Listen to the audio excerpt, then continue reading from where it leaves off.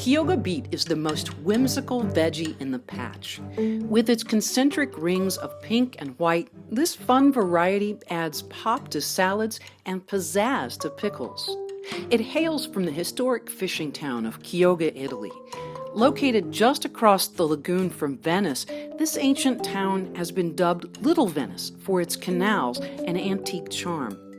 But local Venetians know that Chioggia has a reputation for retaining food traditions and quality cuisine. CHIOGGIA beet was mentioned by legendary French seed house Vilmorin in 1840, and when it was first introduced to the U.S., it was considered a gourmet oddity, primarily sold at upscale markets. Its candy-striped color was a startling departure from the typical red beet, so the public was slow to embrace it.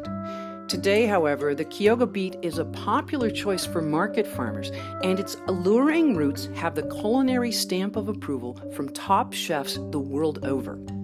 Those who don't like the signature earthy beet taste will appreciate the CHIOGGIA's remarkably mild flavor, as well as its crisp, high-quality greens and tender, sweet root.